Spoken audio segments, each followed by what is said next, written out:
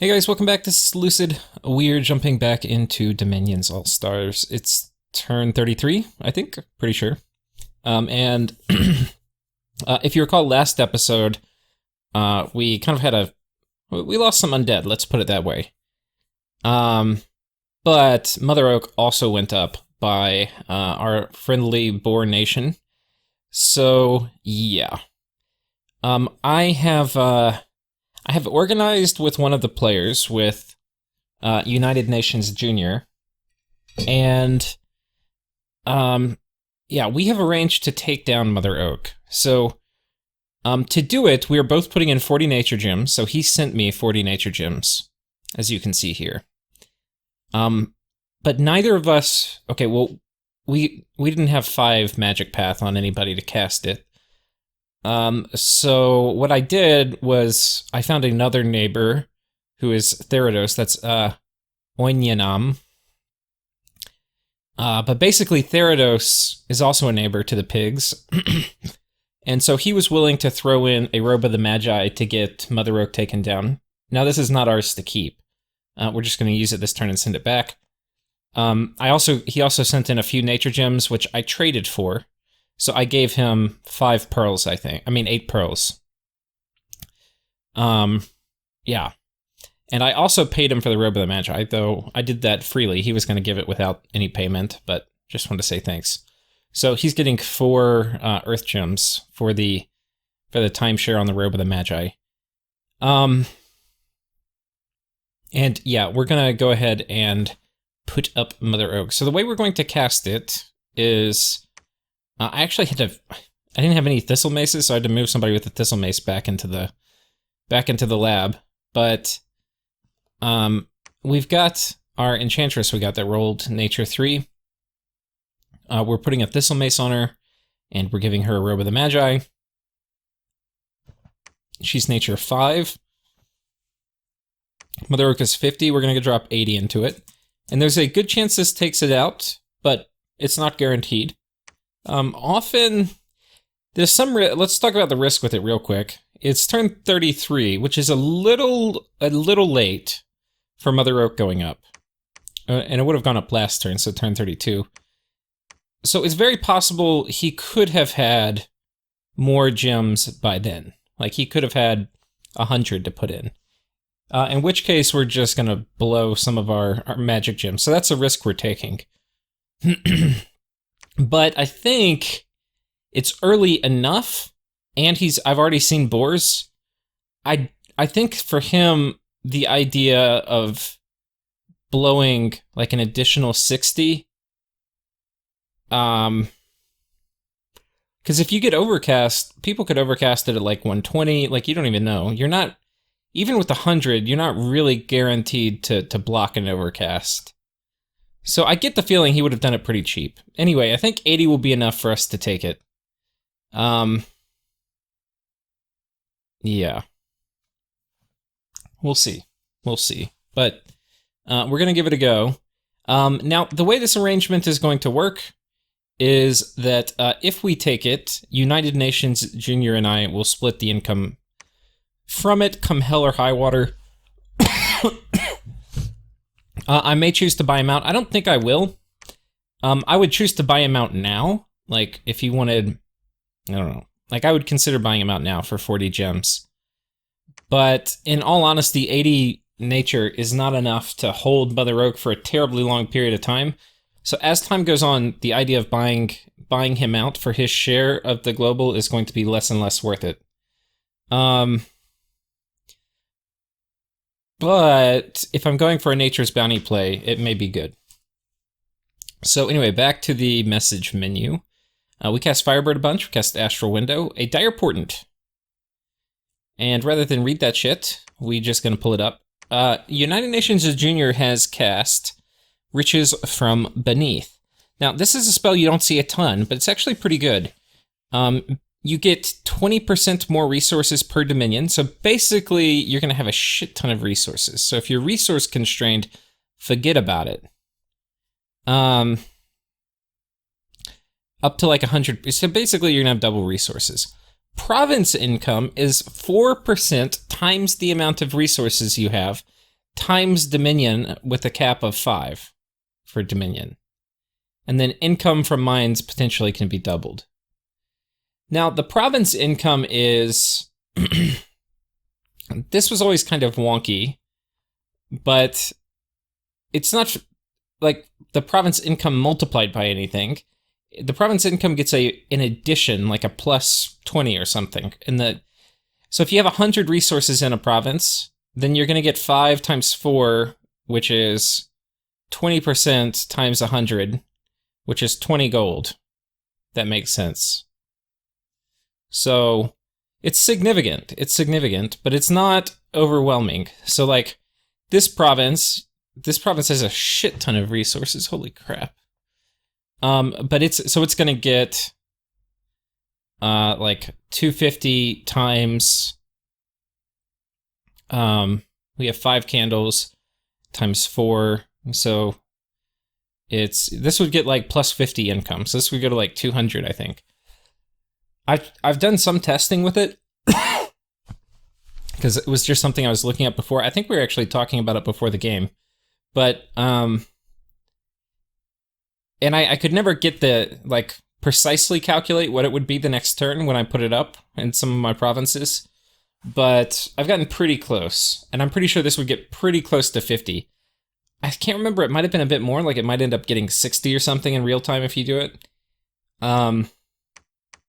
But yeah, that's kind of how it works out. I think a good way to think of it is it's like 20 to 40 gold in most of your provinces.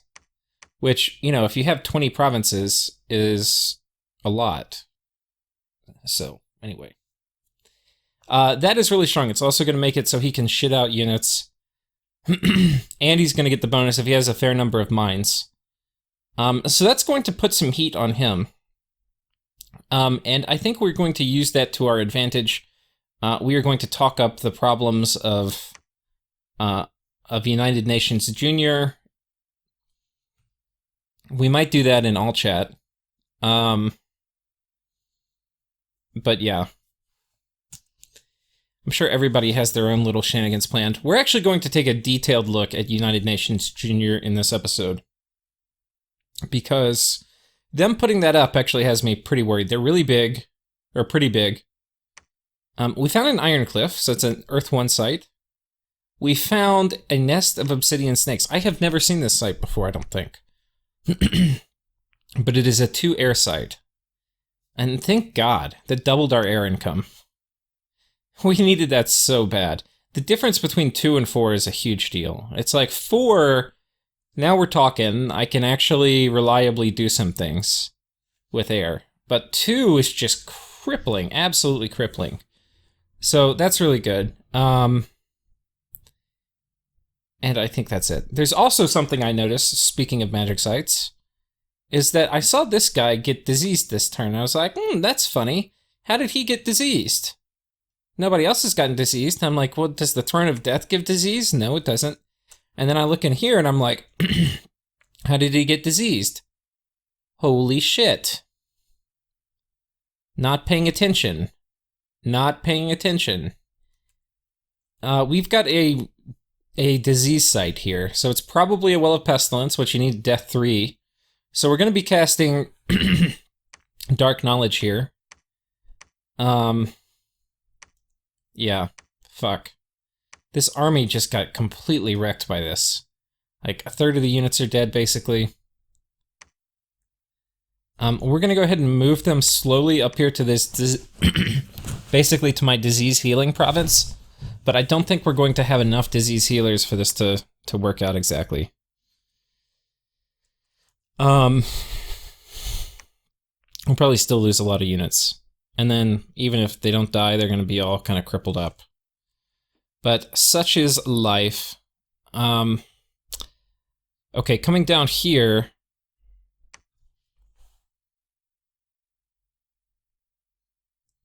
we've got an interesting battle. We have got the God of Max Verney. Fire 5, Air 4, Nature 5, Blood 5. 25 protection, 340 HP. That is a lot of HP. On the other side, we have a Milkwort. with a Cat Charms Amulet, 25 defense, with 2 Baratos Colossi Storm Captains, each with the Vine Shield. This actually is an expensive kit. This is not light kit, really. 15 gems is a fair amount. I mean, this collectively is 45 gems worth of gear, which is not nothing. And these hit hard. They're not going to be great versus the statue. Because the main damage, like the swing is not armor piercing, which is one of the nice things about firebrands. The 12 cold damage is armor piercing, but the 12 is not going to be enough to get through the armor, and the 24 is not really going to be enough. I mean, they will get through this with 24 armor, but they're not going to get through it well. Like, this is 25 protection, so yeah. And then these guys are not going to do very much. The Lance Charge will do a little bit of damage to the statue, but these other things aren't going to do shit. But the question is, what is the statue going to do? So the statue has a heat aura, which I think is part of the bless. So it's going to fatigue out anybody around it. So hopefully these guys at least are going to do some kind of heat resistance. The Melkort's going to have it built in, but... Okay, the Black Knights are not going to give a shit about the PD, though.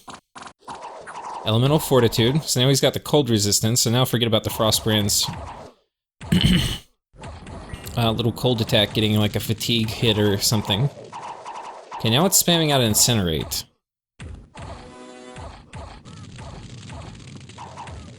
Can't really see what it's targeting, though.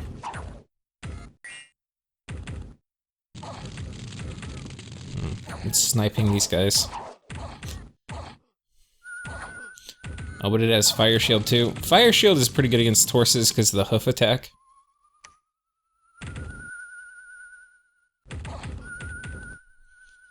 Okay, the horses aren't... Okay, there is Immolition. Pretty damn good off script. Okay, this thing's got 8 fatigue. More Immolition. Immolition is like a radius attack around you. I mean, it just is crushing these guys. Now, at this point, my incentives are Othiris, which is this nation here, takes as much... Because I've already gotten all I'm going to get out of this war. And I don't... Max Verney and I are not really aggressive. He voluntarily let me kind of get some of the spoils because he was going to fall anyway.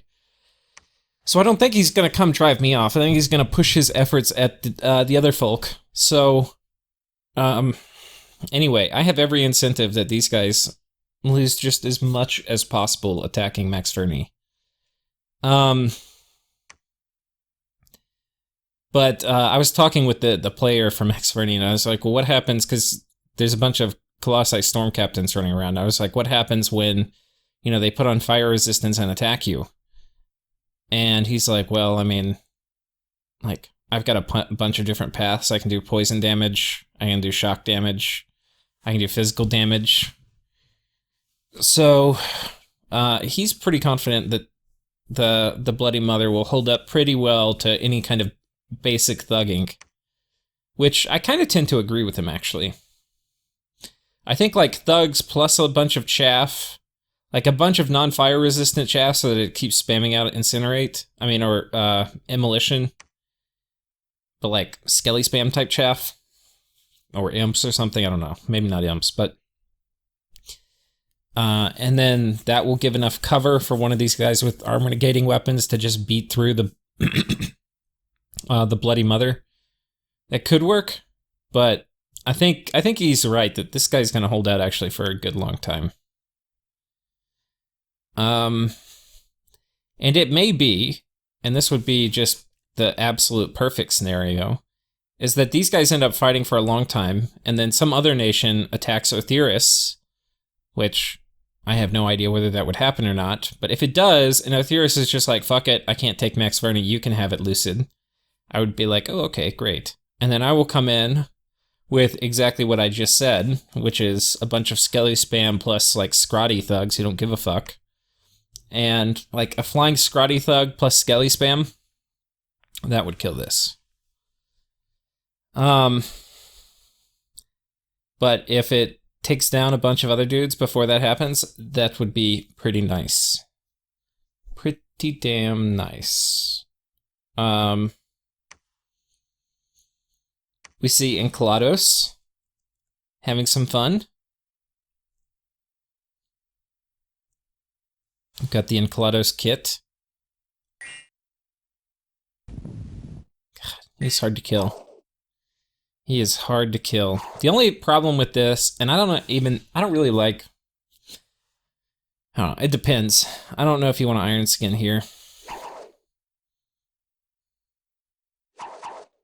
Because you can end up not triggering Berserk. And if Berserk doesn't go, you can actually run from fear, which has happened to me many a time. We took one of the provinces back from Orrrr. We see the armies of Pompeii heading out, marching forward. Some Zedaeans run in. But there's not many, there's only 3 Zedaeans. And apparently versus a bunch of crossbows, 3 Zedaeans is not really that many. So yeah, they kill 3 Zedaeans. Not bad. Each Zedaean you kill matters. Hashtag Zedaean lives matter. And we are storming through the Max Verney fort. Now he's got some Calum dudes. He's got some Foresters. He's got these dudes in the back. I don't know what they're gonna do. The Calum guys have swooped in and they're gonna kill our mages potentially. But fortunately we have these guys in the back who are designed to deal with flankers, and we've got these guys right here, and kind of a box of our crossbowmen who are pretty beefy. They've got, if we look at our crossbowmen, we got 17 protection, which ain't bad. And then yeah, when the skeletons come in, especially once Power of the Sepulchre is up, things start going south pretty quickly. Now, with Power of the Sepulchre, I will remind you that our giants have 15 attack, which is pretty freaking good. And it's going to be God tier once we start putting darkness up. Unfortunately, it doesn't buff our defense skill, though our defense skill is nothing too horrible. Okay, the infantry runs. These guys have Burning Shield up. They're casting Flying Shards, which is the ultimate Virgin Chad spell.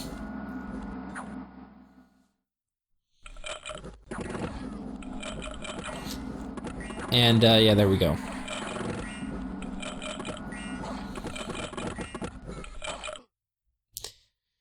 So we have taken the Forest of Irene, but not without losses. We lost about 80 undead. But fortunately for us, if we go to the Fortress of Irene, we have 137 corpses, which is ample payment, because we're going to reanimate Aldos, and we are going to get probably about 110 undead after, whoops, after all is said and done. You know, I'm looking at this and I'm wondering... No, I guess we're going to move both of them. You know, it may be better, though, to combine these. Do I have? Oh, no, I don't. So we're going to descend here, get the last province. I expect these guys are going to stay. I haven't really been communicating with Max Verney very much, in terms of, like, where I'm going, because just, like, whatever's there, I'll conquer it. So he's been, you know, defending somewhat. But not, I think he's been focusing his energy elsewhere, but it's not like, you know, like, clearly if I were telling him, hey, I'm gonna take this, and we were, like, working together on it, he would have taken these guys and probably put them in his capital or something, but whatever. I did tell him, this is the first time I've told him my moves, and I told him I'm going to 44. So, anyway, that will give him the opportunity to pull these guys out, but he seemed to suggest he wasn't going to. So, anyway, we'll probably just kill them, which is actually fine with me. We'll turn these guys into corpses, which is a nice little resource for us to harvest.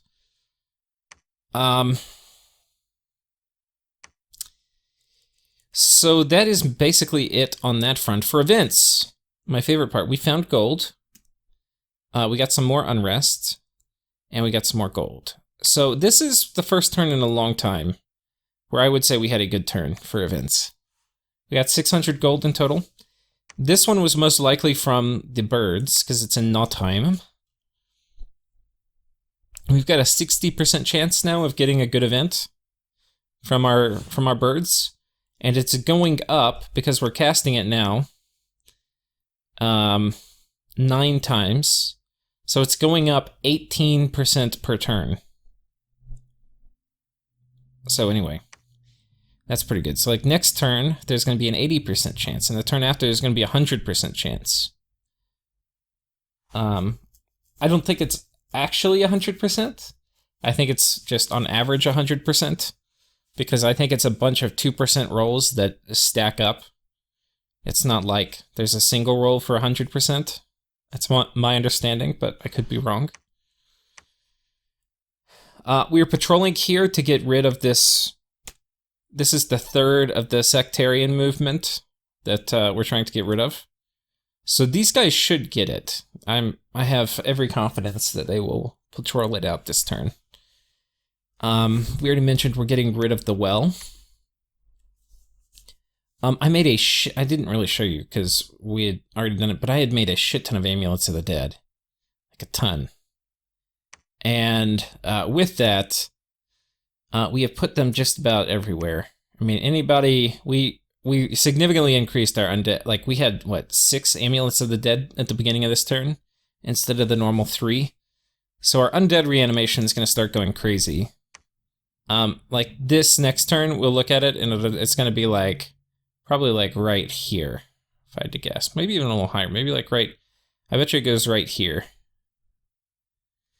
It's going to be kind of nuts, because we're going to have a lot of undead reanimation, and we don't really have any little small fights. Like this turn, it went up a lot, even though we lost 80 undead. So the gas is on, and I think I'm making 3 this turn, but that's actually too much. I think I really only want 2 for the time being, and I really want to focus research more. So we'll have to deal with that. What else? What else? I think that's about it for this turn, guys. It's going to be a quick episode.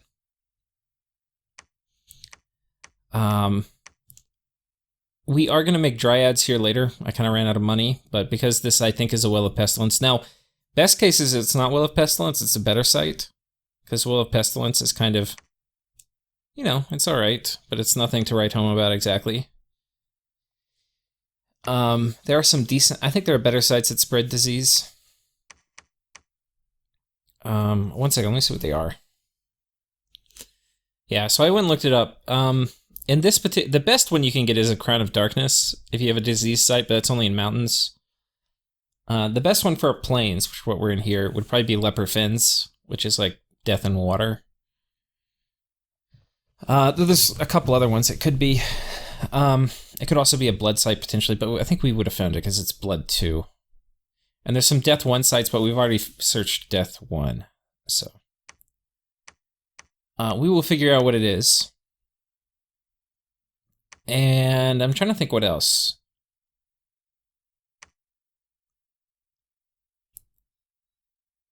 I think that's about it. We'll go through timing real quick for research. We are 2 turns away from 5, probably 4 turns away from 6. And then given at the rate my research is going to ramp up, it will probably be 2 or 3 turns after that we get 6 for enchantment, and 7. This is the point where I'm going to be god tier once I get enchantment. So I'm going to go to war as soon as I get enchantment 7, but that will probably, all things said and done, be about 10 turns from now. And I'm going to keep getting stronger and stronger after that, but some of my, like if I roll 1,000 stack through, there's a lot of my neighbors who are not going to be able to handle that. A lot of my neighbors. So, with mass flight. And just, I mean, all the stuff I get here is so good. Like, I mean, we can get Stellar Focus, which is nice. Life After Death, which is good. We're going to have Arrowfend, so I can time to have a bunch of archers spamming their shit out. Arrowfend's kind of anti-synergistic with Mass Flight, but whatever.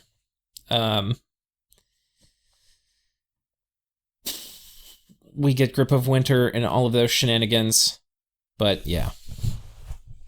You know, the other option we could choose to change it up last minute is we stop at 6. We say, hey, we're not going to go... This will depend on who we're fighting. We're like, hey, we're not going to go Mass Flight. We're going to stop at 6. We're going to get Arrowfend, and then we're going to go for Fog Warriors. Like, if I were going to go on Boars, Mass Flight's pretty good, but it's not super good. It's not super good. Depends how many Boars he has. It may be better to just Fog Warrior so we take less damage and just pelt them with arrows. So anyway, that'll be something we have to decide. But we are going to be getting very strong very quickly. We've got our forts all cranking. We finally have our Dominion spreading. Thank God. We're still not caught up to where we probably should have been if we had just normal moderate Dominion growth, but we're getting there. We're getting there. Our Dominion's getting spread. We're going to kill these heretics. As we claim these thrones, it's really going to get our Dominion bumping. Three thrones will go a long way to fixing our Dominion's problems. The guy who claimed this throne, by the way, is headed down here. He's two moves out, and then we'll claim the inner throne, which is going to give us a little bit of blood. Orrrr, which is probably going to give us a... I mean, it's easy to do. It's a 3% of this, which is going to be like another $100 a turn.